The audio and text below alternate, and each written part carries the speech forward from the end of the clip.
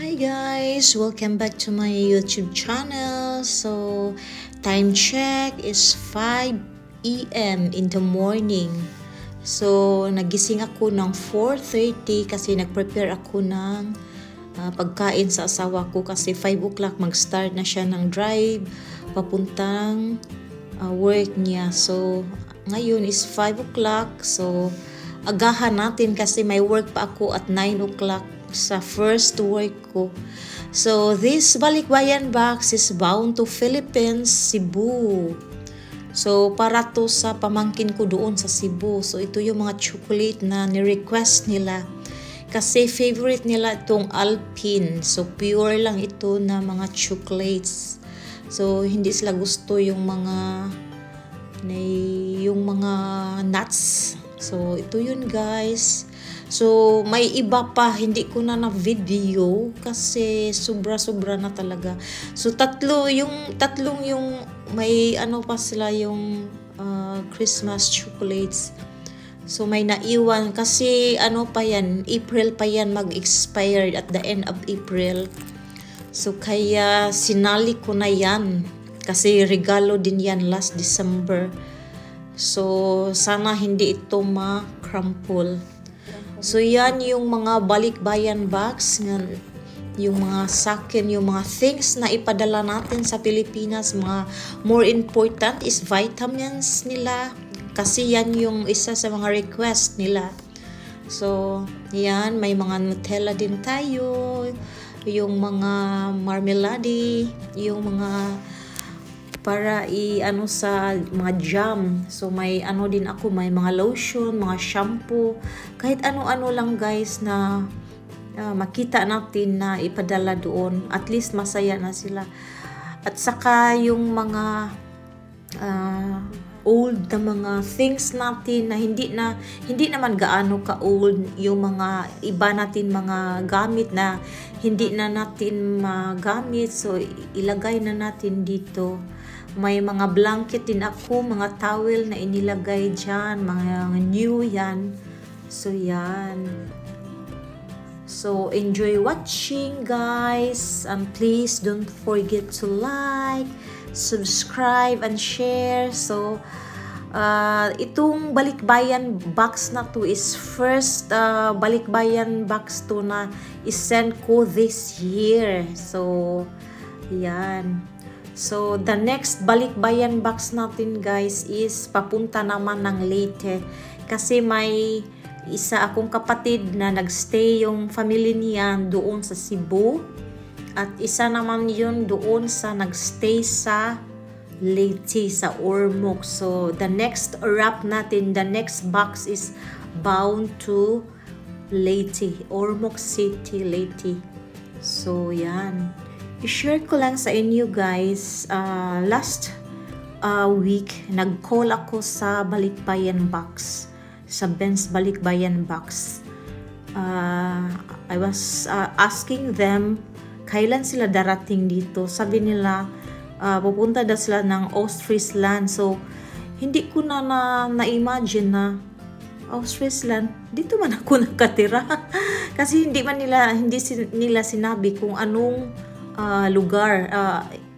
Inano lang nila Ostfriesland. So, andito naman ako sa Ostfriesland. So, kaya nag-message ako sa kanila. Walang reply. So, tinawagan ko. Ipagtawag ko doon sa office nila. German yung nakasagot. Sabi ko, makaintindi ka ba ng Tagalog? Sabi niya, nein, nur Deutsch sprechen. So, ayan, nag-Deutsch kami. Kasi, kaunti, marunong naman tayo kunti lang. So, ayan, nagkaset kami ng schedule na Friday. So, today is Thursday, and then tomorrow is Friday. Parang nataranta na ako guys. Sabi ko, hala. So, kinuha ko talaga lahat ng mga naipon ko na mga gamit, kung ano-ano. Pero yung mga chocolate guys, piniprepare ko talaga yan kasi pa yan, mga November or December pa yan ma-expired. So kaya every now and then, every week mag-grocery kami. So bumili ako ng 15 or 20 pieces of chocolates or sometimes mababa na yung 10 pieces. So kaya tuloy nadamihan talaga, mga 100 plus ata yung mga chocolates doon na ano ko. So kaya tomorrow is Friday, and then pupunta pa naman yung biyanan ko dito kasi tomorrow is Valentine's Day. So double date kami guys. So kaya grabe talaga yung stress ko dito. Kaya dali-dali, so it's 5 o'clock, so inagahan ko na guys pag at 9 may work pa ako dito. So ayan, so madali lang kung kabisado mo na kung paano mag-wrap. So yung mga chocolates, inano ko yan sa ibang cartoons. Yung mga vitamins, iniba din yun na iba din yung cartoon na nilagay ko. May mga perfume din tayo nilagay ko, may mga sabon. Conforme lang guys kung ano malagay mo sa balikbayan box. So please watch until the end, kasi until the end nag-video ako na kinuha na yung balikbayan box natin. So hopefully yung makatanggap dyan, makatanggap nito, masaya. Kasi pinaghirapan ko yan. At saka by the way, yung yung payment of sa balikbayan box nila guys, medyo tumaas na talaga yung nila, yung payment nila. Before we just paid only 105, but this time I think 118 we paid all in all. So not including the box. So yan. At saka guys, yung lahat ng mga before when I started sending balikbayan box, the one chocolate before called Alpine is 46 cents, no, 49 cents, and then now it's already 99 cents. So let's say 60 pesos in the Philippines. So when you send 100 pieces, so let's say 6,000. So malaking na yan pira guys. So isip-isip na lang natin kung magpadala ba tayo or hindi. Yung pira na lang, yung 6,000, ipangbili na lang ng chocolates doon sa Pilipinas. Pero sabi nila sa pamangkin ko, mas masarap pa din yung sa atin dito. So tingnan na lang natin guys. So good luck na lang for the next preparation or the next balikbayan box. Kasi plano ko magpadala ng balikbayan box mga September or October, something like that, bound to Leyte sa isa kong kapatid, at doon na din sa sa mother ko. So yan, hopefully you just enjoy watching this video. So bisibisihan na tayo guys, kasi tinutudo na to, kasi may bisita pa ako, maglinis pa ako. Tingnan nyo guys, kalat-kalat lahat nakakalat, kasi inano ko yan, lahat ng mga gamit ko doon na nilagay ko sa ibang rooms. Ito pala lahat inano ko, kaya sobrang kalat doon. Kasi bukas may bisita kami, pupunta yung biyanan ko, at dito sila matulog for 2 nights. So yan, inagahan na natin. At saka may work pa ako in the afternoon sa school. So ganyan kabisi ang buhay natin.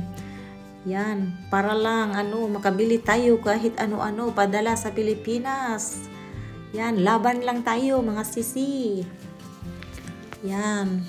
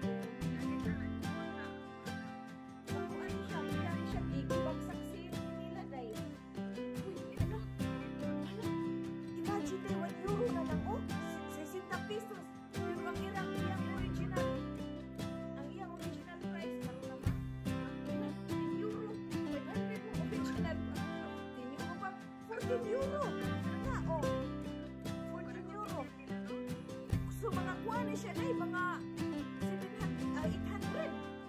1 euro na lang. Ano sila dahil magbagsak presyo?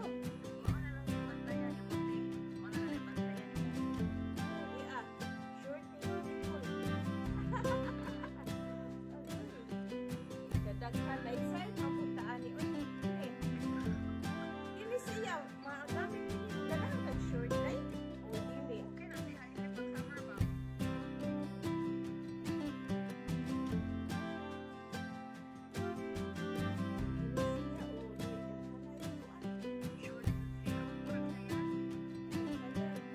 Short na sayal o sayal.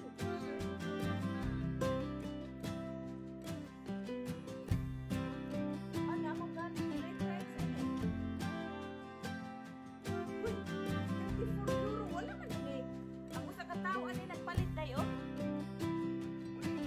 Wa. 24 euro.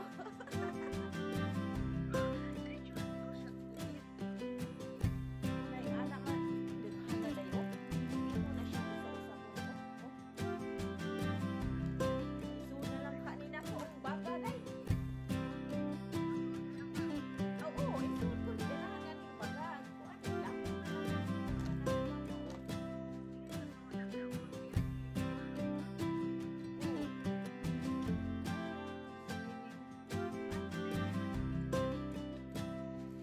Lang. Kuan. Naapag ko lain din ko kahapon ko mga nilata. Nagpagay.